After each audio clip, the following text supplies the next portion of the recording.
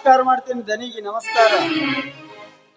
ಹೋ ಹೋ, ದೊಡ್ಡ ರೈತ ನೆನೆಸಿಕೊಂಡ ಮಾನ್ಯ ಶಿವಪ್ಪನವರು. ಬನ್ನಿ ಶಿವಣ್ಣನವರೇ, ಕುಳಿತುಕೊಳ್ಳಿ. ಇರಲಿ ಇರಲಿ ಗೌಡ್ರೆ. ನಂದ ವಿಷಯ ವಿಪರೀತ ಕೇಳಿದು ಹೋಗಿದೆ ಗೌಡ್ರೆ. 8,000 ಕಿಮ್ಮತ್ ಬೆಲೆ ಬಾಳದಲ್ಲದೆ ಈ ವರ್ಷದ ಬೆಳೆ ಪ್ರದರ್ಶನದಲ್ಲಿ ವಿಜಯ ಸಾಧಿಸಿದ ನನ್ನ ಜೋಳದ ಗೂಡಿಗೆ ಯಾರೋ ಸದ್ದಿಲ್ಲದೆ ಬೆಂಕಿ ಇಟ್ಟು ಸುಟ್ಟು ಹಾಕಿ ಬಿಟ್ಟಿದ್ದಾರೆ. ಅಂದಿನಿಂದ ಇಂದಿನವರೆಗೆ ಅವರ ಸುಳಿವೆ ಸಿಕ್ಕಿಲ್ಲ. ದೊಡ್ಡ ರೈತರಾದ ತಾವು ಇದಕ್ಕೆ ಕ್ರಮಬದ್ಧವಾಗಿ ಕೆಲಸ ಮಾಡುತ್ತೀರಿ ಎಂದು ನಂಬಿ ತಮ್ಮಲ್ಲಿಗೆ ಬಂದಿದ್ದೇನೆ. ಇದಕ್ಕೆ ಪರಿಹಾರ ನಿಧಿ ನಾನು ದೊರಕಿಸಿಕೊಡುತ್ತೇನೆ ಶಿವ. ಇದರ ಬಗ್ಗೆ ನೀನೇನು ಚಿಂತಿಸಬೇಕಾಗಿಲ್ಲ. ಈಗಾಗಲೇ ಇನ್ಸ್ಪೆಕ್ಟರ್ಗೆ, ಜಿಲ್ಲಾಧಿಕಾರಿಗಳಿಗೆ ದೂರು ನೀಡಿದ್ದೇನೆ.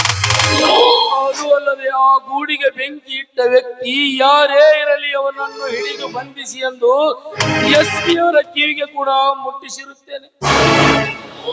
ಪುಣ್ಯವಂತರು ಗೌಡ್ರೆ, ನಾನು ತಮಗೆ ವಿಷಯ ತಿಳಿಸದೇನೆ ಇದ್ದರು ನನ್ನ ಕೆಲಸ ಮಾಡ್ಲಿಕ್ಕೆ ಎತ್ತಿದ್ದೀರಲ್ಲ.